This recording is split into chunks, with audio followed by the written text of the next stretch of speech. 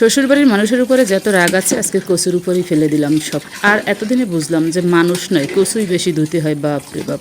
আসসালামু আলাইকুম, কেমন আছেন সবাই? আশা করি ভালো আছেন। আমি আল্লাহর রহমতে আপনাদের দয় অনেক ভালো আছি।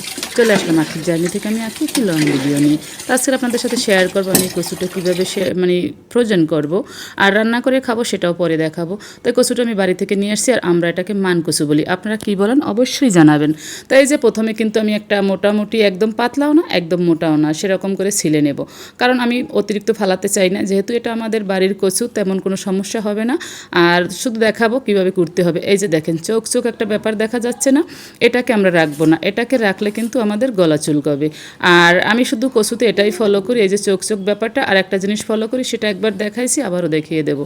তো এই যে আমি কিন্তু চোখ চোখ ব্যাপারটা কেটে ফেলে দিলাম। এখনও কি করব, আমি এখান থেকে কিছুটা পাতলা করে নিয়েছি, সেটা আমি দেখাবো। সেটা কি করছি সেটা আমি ফালাবো না।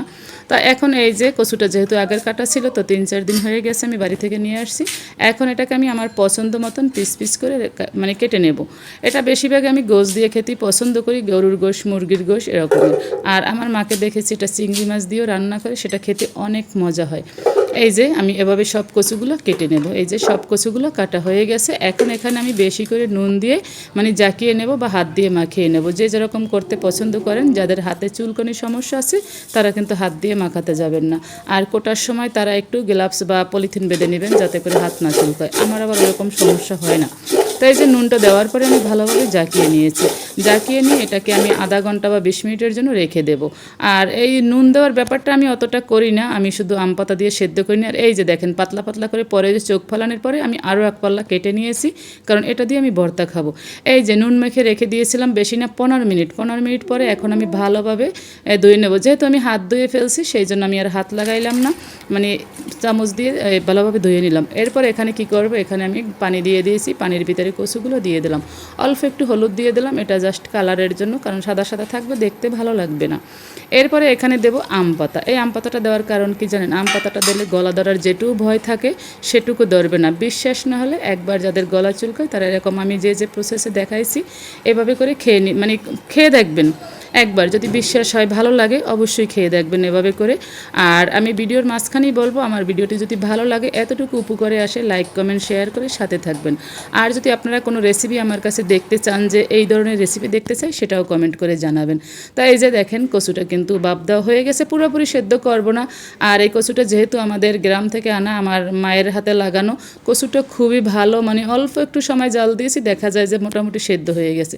তাই যেহেতু আমি মানে এটাকে সেদ্ধ করব না, আমি যেহেতু ফ্রোজেন করব, সেই জন্য এই যে এখান থেকে কিন্তু আমি ডেলে দিতে পারতাম, কারণ আমি ডেলে দিলাম না এই কারণে যে আমি ওই যে পাতলা পাতলা করে কচুগুলো রেখেছিলাম না, ওগুলো এখানে সেদ্ধ করে নেব, কারণ এগুলো আজকের আমি খাবো না, সেই জন্য।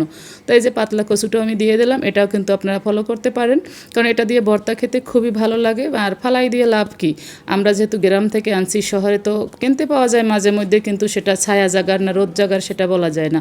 ছায়া জাগার কচুটাই কিন্তু অনেকের গলা চুলকায়, আর রোদে থাকলে মানে জায়গাটা রোদের জায়গা থাকলে সেটাই আর গলা চুলকায় না।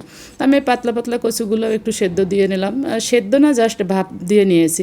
ভাপ দিয়ে নেওয়ার পরে এটাকেও আমি সেকে নিলাম। সেকে এখন দুটো জিনিসই আমি ঠান্ডা করে নেব, মানে বড়টাও আর এটাও ঠান্ডা করে নেওয়ার। এই যে আমি যতটুকু করে রান্না করব ততটুকু করে আমি এই যে চেম্বার বানিয়ে নিছি পলিথিন দিয়ে। কি করব, মানে চেম্বারওয়ালাগুলো খালি নেই, সেই জন্য এরকম করে নিলাম।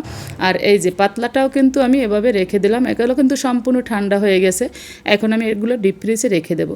তো আমার ভিডিও যদি ভালো লাগে অবশ্যই লাইক কমেন্ট শেয়ার করে সাথে থাকবেন। আর আপনারা কোন ধরনের ভিডিও দেখতে চান বা কোন ধরনের রেসিপি দেখতে চান অবশ্যই কমেন্ট করে জানাবেন। আর এই যে দেখেন ইলিশ মাছের বাটিতে আমি কচু রাখতেছি, কারণ ইলিশের সাথে তো কচুটা যায়। আমার তখন ইলিশ মাছ নাই, আর ইলিশ মাছ সচরাচর কেনাও হয় না, সেই জন্য আমি এই যে ইলিশের বাটিতেই রেখে দিলাম। কথায় কাজে ভুল ত্রুটি হলে অবশ্যই ক্ষমা সুন্দর দৃষ্টিতে দেখবেন। আল্লাহ হাফেজ।